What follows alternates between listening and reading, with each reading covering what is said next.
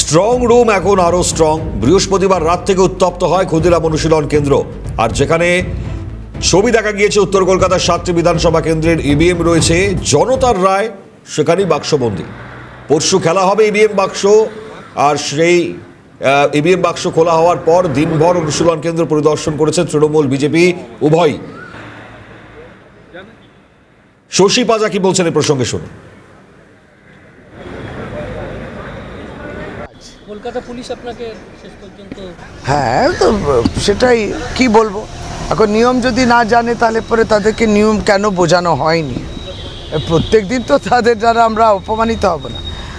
গতকাল রাত্রিরে 1-1:30 নাগাদ আমাদের পোস্টাল ব্যালটগুলো, যেগুলো 7টা বিধানসভা কেন্দ্রে কলকাতা উত্তর আসার কথা ছিল, সেই মেনেই ইলেকশন এজেন্টসরা উপস্থিত ছিলেন।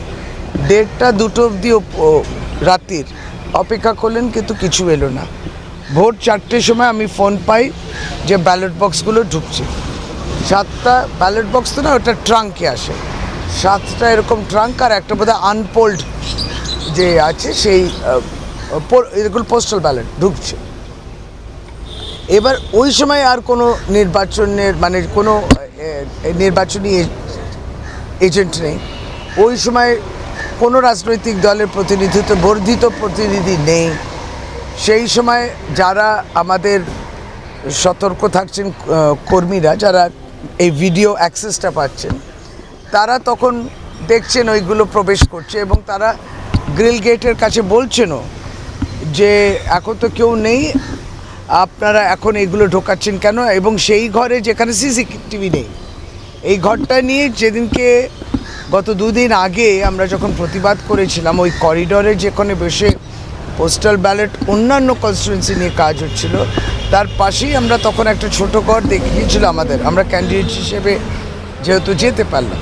ওই ঘরেতে বলেই ছিল যে এবার সিসিটিভি ইনস্টলেশন হবে, কারণ ওই ঘরটা ব্যবহার হবে।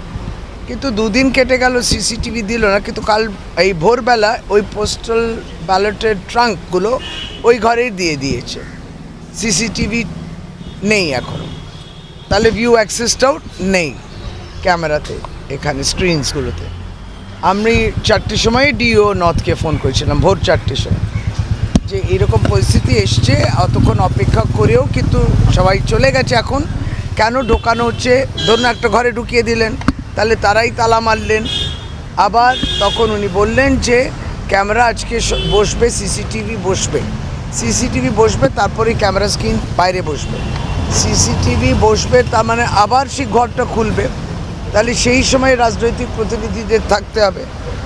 এবার ধরুন আমি নিজেও তাড়াতাড়ি চলে এসেছি যদি কাজটা হয় বলে, কিন্তু এখনও কেউ আসেনি, কোনো সেইভাবে সংবাদ নেই। আর ইলেকশন কমিশনের ডিও নর্থ সহ যারা আছেন তারা প্রত্যেকেই অত্যন্ত ব্যস্ত। তারা বলেছেন যে আমরা QR কোড নিয়ে কি ভিসিতে ব্যস্ত রয়েছি। এইখানে কিন্তু সঠিকভাবে রাজনৈতিক দল জানতে পারছেন না যে কটার সময় ক্যামেরাটা সিসিটিভি ওই ঘরে, যে এখানে সিসিটিভি নেই, ইনস্টল করা হবে। ওটা কিন্তু স্ট্রং রুমের একটা অংশ। এই পরিস্থিতিতে আছে। এবার যখন আসবে আমাদের যারা অথরাইজড রিপ্রেজেন্টেটিভ আছেন ফ্রম দ্য পলিটিক্যাল পার্টি, তারা বিষয়টা দেখবেন, এবং তারপর আবার লক এবং সিল হবে। যদি গোটা সিস্টেমটাতে কোথাও গিয়ে একটা অস্বচ্ছতা, কোথাও গিয়ে একটা যে একটা স্বচ্ছতার একটা মানে গোটা সিস্টেমেতে প্রতিনিয়ত আমাদের প্রশ্ন থাকছে, এটাই হচ্ছে বিষয়। আপনি সিস্টেমটা এমন বিল্ড করবেন যাতে আমরাও কিন্তু সেই কনফিডেন্সটা পাবো যে হ্যাঁ, যেমন বলছে না ও কিছু নয়, ওটা কিছু নয়, আমরা নাকি যেটা বলছি সবটাই উড়িয়ে দিচ্ছে, তাহলে ওই কনফিডেন্সটাও তো দিচ্ছেন না। তাহলে কেন প্রস্তুতি থাকবে না? যেটা 2 দিন আগেও বলা হয়েছিল যে ওখানে সিসিটিভি বসবে ওই খালি ঘরেতে, তারপর তো জিনিসগুলো ঢুকবে। ঠিক বুঝতে পারলাম না যে খালি ঘরে কেন সিসিটিভি লাগানো যায় না, এটা আমার হয়তো আমার জানা নেই। এই যুক্তিগুলো দেয়া হচ্ছে। যদি বারাসাতে দেখা যাচ্ছে 8:20 থেকে একটা বেশ সময় পর্যন্ত ডিসপ্লে, সেখানে সিসিটিভি দেখা যাচ্ছে না। এইটাও তো আমরা গতকালকে বলেছি যে আপনারা ওয়েবকাস্টিং করেছেন প্রতিটি বুথে, তার মানে অডিও ভিডিও পুরো ক্যাপচার হচ্ছে। কতটা টেকনোলজিক্যালি সাউন্ড, যেটাকে বলে একদম দারুণ ব্যবহার করা হচ্ছে টেকনোলজি এবং সিস্টেমে আছে, তাহলে পরে ওইটাই সিসিটিভির ক্ষেত্রে হচ্ছে না কেন? সিসিটিভিও তো এক ধরনের টেকনোলজি এবং যারা এই কাজটা করে নিশ্চয়ই নিখুঁতভাবে করে। তাহলে হঠাৎ করে এই সিসিটিভিগুলো যে দৃশ্যগুলো আসে সেগুলো বন্ধ হয়ে যাচ্ছে, অস্পষ্ট হয়ে যাচ্ছে, বোঝা যাচ্ছে না এই যে বারাসাতে হয়েছে এটা কেন। এবং আমরা তো দাবি রাখবই যে কয়েক ঘন্টা কি যে কয়েক মিনিট আমরা দেখতে পারিনি সেইটার সিসিটিভি ফুটেজ তাদের আমাদেরকে দিতে হবে, কারণ রেকর্ডিং তো হয়ে গেছে, স্ক্রিনে ভিজিবিলিটি নেই। এইটা কি মানে মানুষের রায় পড়ে গেছে, মানুষের রায় ব্যালট বক্সে পড়ে গেছে, এবার ওইটা যেন সুরক্ষিত থাক। তাহলে প্রত্যেক দিন তৃণমূল কংগ্রেসকে এই লড়াইটা করতে হচ্ছে কেন? কারণ দেখা যাচ্ছে এরকম স্ট্রং রুমের উপরে একজন লোককে দেখা যাচ্ছে দড়ি দিয়ে উঠে গেল, পাইপ বেয়ে উঠে গেল, দড়ি দিয়ে উঠে গেল। এরা কারা যারা উঠে যাচ্ছেন? এবং এত তো তথাকথিত আর্মি নামানো হয়েছে, এত তো ভিজিলেন্স, 3 টায়ার, তার কিসের 3 টায়ার? এবার কে কিংবা কাকে অ্যালাউ করা হচ্ছে, কিভাবে? তো জবাব তাদেরই দিতে হবে। আপনারা তো প্রশ্ন করবে তাদের। কালীঘাট থানার ওসিকে দেখা যাচ্ছে সোশ্যাল মিডিয়ায় তিনি একদম রাইফেল হাতে তাক করে আছেন এবং তাতে লেখা হচ্ছে ওয়েটিং ফর নিউ অ্যাসাইনমেন্ট।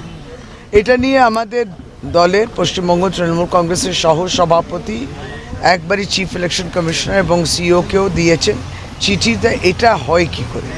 এটা নানান আইনগুলো কোট করে শ্রী জয়প্রকাশ মজুমদার ওই চিঠিটা। তো ক্ষুদিরাম অনুশীলন কেন্দ্রের কি ছবি? স্ট্রং রুম, যেখানে বৃহস্পতিবার রাত থেকে ক্ষুদিরাম অনুশীলন কেন্দ্র উত্তপ্ত হয়ে ওঠে। উত্তর কলকাতার 7টি বিধানসভা কেন্দ্রের ইভিএম রয়েছে, জনতার রায় এখানে বাক্সবন্দি। পরশু খোলা হবে ইভিএম বাক্স। কি ছবি উঠে এসছে অবিরূপা আমাদের প্রতিনিধি তুলে ধরেছে, দেখুন। কলকাতার এপিসেন্টার যদি ভবানীপুর হয়, শাখাওয়াত মেমোরিয়াল, যেখানে ভবানীপুরের গণনা হবে, সেখানে ইভিএম এই মুহূর্তে রয়েছে। আর খুব তাৎপর্যপূর্ণ একটা জায়গা, সেটা হলো ক্ষুদিরাম অনুশীলন কেন্দ্র, যেখানে উত্তর কলকাতার 7টি বিধানসভার ইভিএম আপাততভাবে স্ট্রং রুমে বন্দী রয়েছে। তোমাকে ছবিটা দেখাচ্ছি একেবারে ক্ষুদিরাম অনুশীলন কেন্দ্রের বাইরে যেভাবে কেন্দ্রীয় বাহিনীর জওয়ানদের মোতায়েন করা হয়েছে, ভিতরে কলকাতা পুলিশের আধিকারিকরা রয়েছেন। এবং খুব তাৎপর্যপূর্ণ বিষয়, এই ক্ষুদিরাম অনুশীলন কেন্দ্রের বাইরে 8 ফুট দৈর্ঘ্যের যে লোহার প্রাচীর, মানে দুর্ভেদ্য যে প্রাচীর যেগুলি বিভিন্ন লালবাজার বা বিধানসভা অভিযানের সময় দেখতে পাওয়া যায়, সেই প্রাচীর দিয়ে দেওয়া হয়েছে এবং লোহার শেকল দিয়ে সেগুলিকে একে অপরের সাথে বেঁধে দেওয়া হয়েছে। এর মাঝখানে যে গেট রয়েছে, সেই লোহার গেট টপকে পলিটিক্যাল পার্টির যারা ওয়ার্কার্সরা রয়েছেন, যাদের পরিচয়পত্র দেওয়া হয়েছে, সিসিটিভি মনিটরিং অ্যাক্সেস পর্যন্ত তারা পৌঁছতে পারছেন কার্ড ইস্যু করে। এবং যারা প্রার্থী রয়েছেন বা তাদের যারা এজেন্ট রয়েছেন বা এই নির্বাচনী বা গণনার কাজের সঙ্গে যারা যুক্ত রয়েছেন, তারা তাদের নির্দিষ্ট পরিচয়পত্র দেখিয়ে তবেই ভিতরে প্রবেশ করতে পারছেন। এবং একদম প্রেমাইসেসের ভিতরে তোমাকে দেখাবো যে ছবিটা, যেখানে সিসিটিভি মনিটরিং অ্যাক্সেস রয়েছে। তুমি দেখতে পাচ্ছ পলিটিক্যাল পার্টি ওয়ার্কার্স যারা রয়েছেন, তারা এখনও পর্যন্ত মানে 24 ঘন্টা তারা কিন্তু সিসিটিভিতে চোখ রাখছেন, যেখানে ব্যালট বক্সগুলো রাখা হয়েছে। এবার খুব তাৎপর্যপূর্ণ বিষয়, এই ক্ষুদিরাম অনুশীলন কেন্দ্রে এই দুর্ভেদ্য প্রাচীর কেন?